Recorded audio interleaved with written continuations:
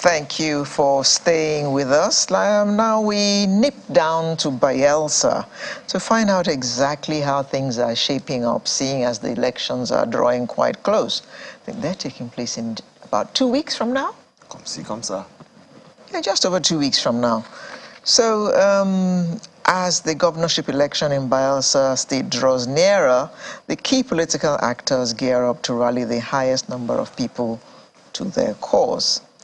Analysts of all shades and persuasions have picked up their crystal balls to try and predict which way the voting pendulum would swing. Well, this morning, it's our pleasure to host the spokesperson, Bayelsa State PDP Governorship Campaign Council, and technical advisor on public affairs to the Executive Governor of Bayelsa State. Welcome, Mr.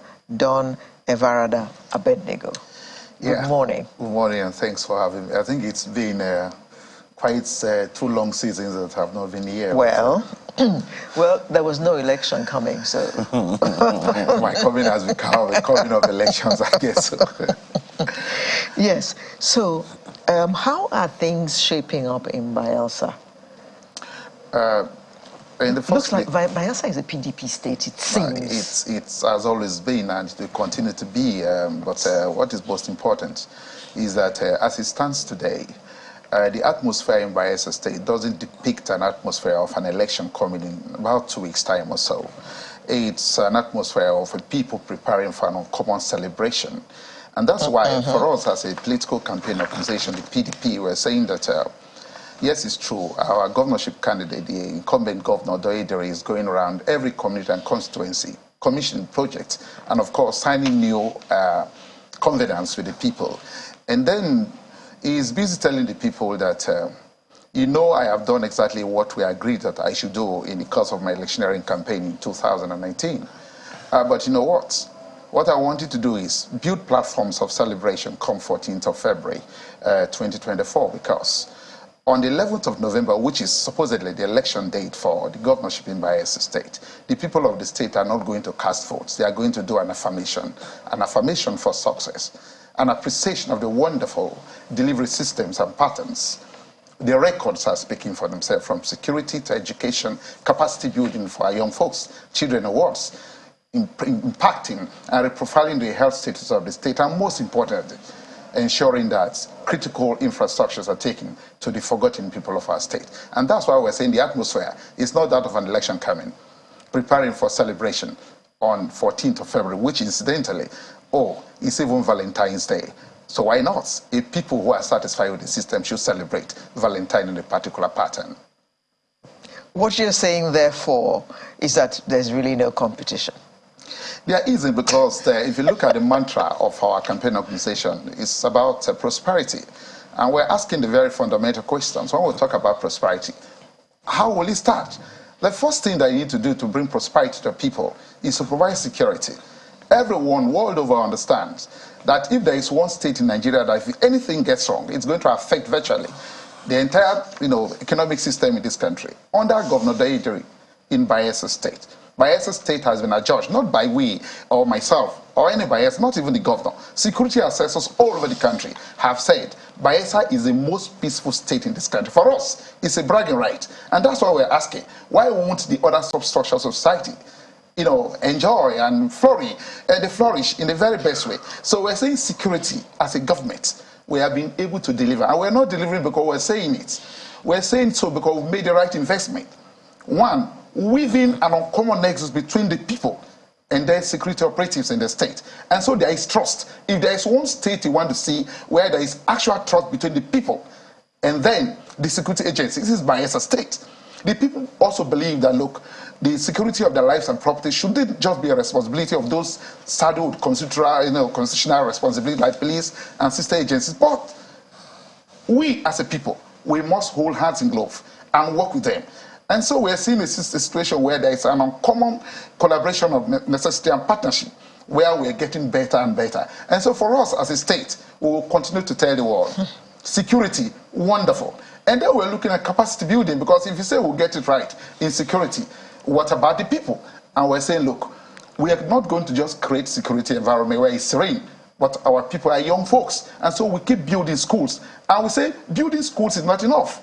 When you build the schools, you must look for the right teachers. And that's why Bayelsa State today, if you can't say maybe first 2 or at most 3 states that have been able to collaborate with Microsoft. What are they coming to do? We're bringing science and technology to Bayelsa State to step up, to reprofile the educational impartation for instructional arrangement for our kids and what, our children. And so in Bayelsa State you go, the standard of education isn't just about who is a teacher. This teacher has been given the right status to operate at the contemporary level within the ambit of international best practices. And so if you check the educational rating in the country, Bayelsa State is always first, third, fourth, fifth at most. Why? Because the investments are paying off. Not just the schools, not just equipping the schools, but also ensuring that our kids and children, and importantly, we don't just train our teachers. You ask, are you a teacher in Bayelsa State? How do you feel today? Are you owed a penny of a salary? It's a promotion not running the way it ought to be. A fantastic arrangement, but we're saying it's not just the best. Why it's not the best? Because we know we can improve upon it. And the people are saying we appreciate, and that's why they're saying there has to be continuity. Okay. When you talk about security, of course, some people will say, okay, that's just soundbite. Because one of the things that the chairman of INEC has also said recently is that, and it's one of the headlines for many of the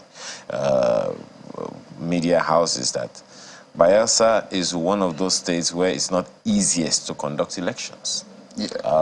And of course, the main reason hinged on security or a lack of it. So, is it?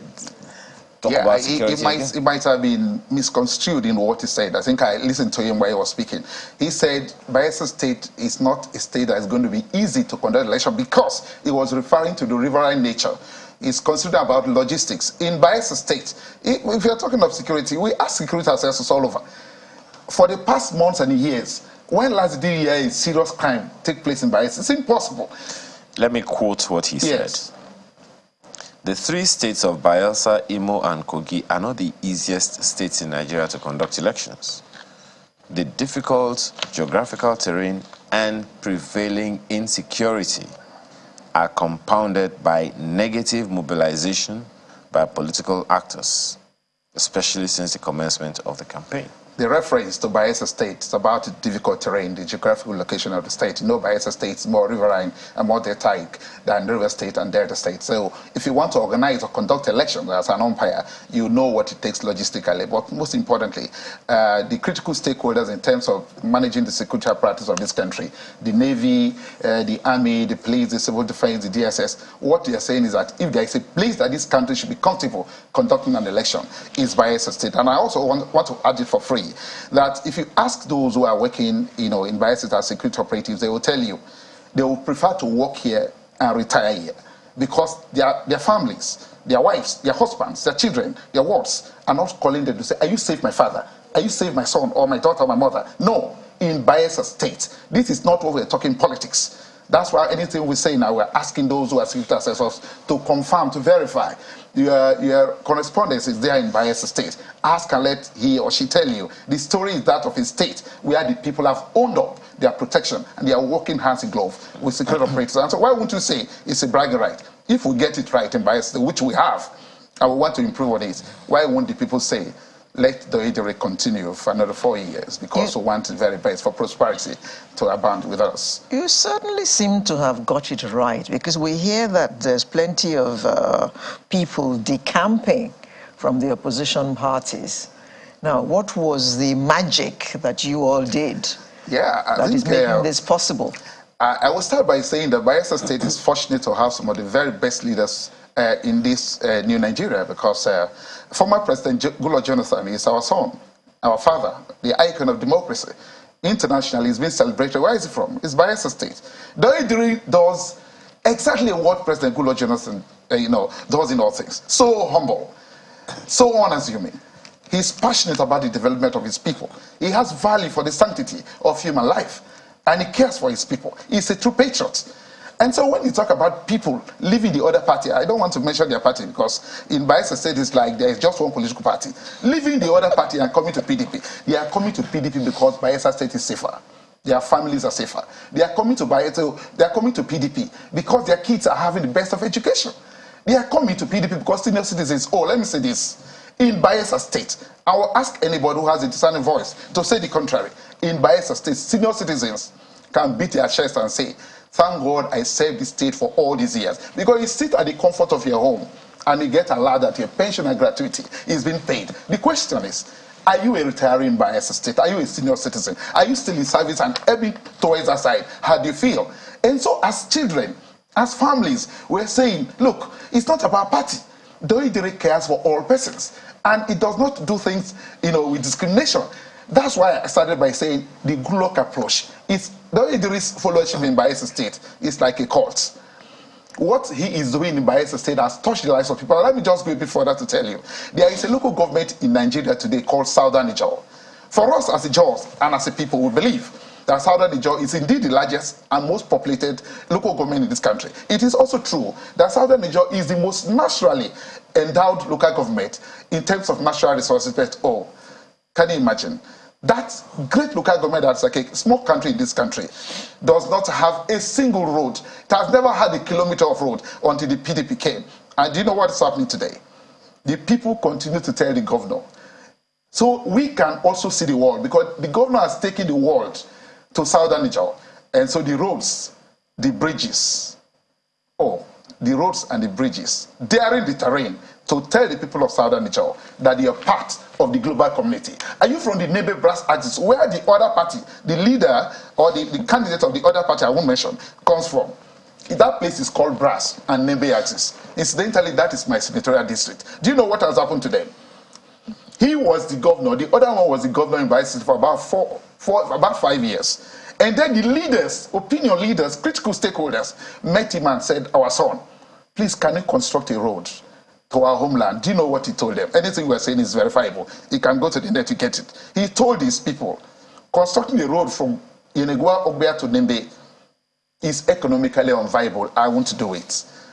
A few days ago, we went to Brass and Nebe for campaigns, and the people came out and said, Doyediri, you are not our son, as in biological son of this land. You are a true brother, a true Ijaw man. The one that is carrying our blood said, we do not need a road, but it drives down to our community. With the road you have constructed, it's a shame. But for you, who is our brother, we'll ask you to continue for another 4 years. We went to Brass, and as we're speaking now, Brass is at the depth of the Atlantic. Do you know what we are doing as a government? We are constructing the road to Brass, even as we're speaking. 5 dredgers are working day and night as we're speaking now. We have done 25 kilometers of embankment down Atlantic Ocean. What are we trying to do? We want to reach Brass in the coming years. And we know, the people have said, yes, we can. If you are from the Bayelsa West Senatorial District, which is a Kremos-Sagwama axis, our intention is not just building a road. We just completed a 42-kilometer. Does it help? Yeah, my apologies. Does it help your campaign that someone considered a main opposition leader in a main opposition candidate is said to have been delisted by INEC? As a campaign organization, we have tried as much as possible not to even comment about it. The reason is that we don't see him as a candidate with due respect to the laws of this country. We see him as a distraction. The reason being that our campaign as a party is based on records. Now, the courts of the land, which of course we must subject ourselves to, the courts have said he is not qualified, and therefore INEC, as the institution in charge of midwifing the election, has said we are delisting you until otherwise. For us as a political party, we're saying if there is anything that can be done for his name to be listed, let his name be listed as a candidate. The reason is because the records of the incumbent governor and the uncommon organic solidarity, which is spontaneous, that is coming from the people, will end his political career, not with guns. With I raise my hand, in God we trust, that PVC will end him politically. Now we are concerned. If for anything, it stays the way it is, which we are believing it will, because which court in this country will say governor in this country should run and stay and serve for 9 years? Okay. That would be an aberration. And so for us, we're saying, please, let him not have an opportunity tomorrow to say, if I had been given an opportunity to contest, I would have won. On what? Where are your records? Let me take you back a bit. You were talking about the roads that this government is building.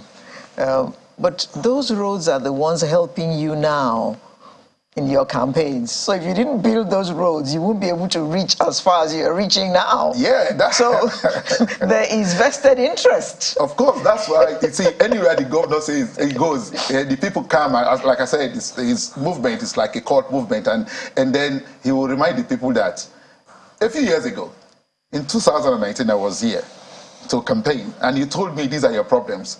Have I done them? And it is always an uncommon affirmation. Yes, you have. And so he will ask back, do you want me to campaign? I say, don't. You don't need to campaign because you've done it. Your records are there. And therefore, when you ask about the roads, the hospitals, the institutions that have been built, the senior citizens, the civil servants in the state, promotions and areas, etc., etc. When last did you hear that schools in Bayelsa State were under lock and key? Never in this government. So, our records are speaking for us. And so when we construct roads, build the schools, the hospitals, and build capacity for our young folks. I didn't mention that maybe. Okay. We're running out. We have run out of time, but I'll give you 30 seconds to answer this in bullets. What challenges did the governor have to contend with in the process of getting his job done? To get the job done, I think... you said there were no challenges at all? There have always been challenges of positive or fun, but because we are frugal and prudent in ensuring that we do the right things. Talk about the challenges. The challenges of terrain. Constructing the road isn't an easy task, and the revenue generation of the state is quite on the low, and that's why we're believing that now that we are opening the roads to the Atlantic, under the blue economy arrangements, multinational companies and investors across the globe are saying they have seen a transparent system, a system that is frugal and is predictable, and therefore they will be plummeting on Bayelsa State to invest and to ensure the real prosperity that will promise our people in 2019 continues in 2024. Okay. I can't wait to be here again to celebrate on Valentine's Day. But please find your time, get to Inago and be part of that celebration. Well, November 11 is actually not an election day, it's an affirmation day. Okay. Mr. Evarada Don I am actually High Chief. Oh, Chief. High Chief. And you said you finished your PhD? Not long ago, we thank God. Oh, okay. Dr. Chief Evarada Don Abednego, spokesperson, Bayelsa State PDP Governorship Campaign Council, and technical advisor on public affairs to the Executive Governor of Bayelsa State. Thank you very much for coming to give us a clear picture of exactly what is going on in Bayelsa, preparatory to the elections which take place in about 2 weeks. We wish you all the best. Of course, you are saying you don't even need luck. Okay. You've got it. Okay. You've got it. Thanks for coming. I appreciate my profound appreciation. Take care. So Sunrise will be right back with another interesting conversation. Make sure you don't miss it.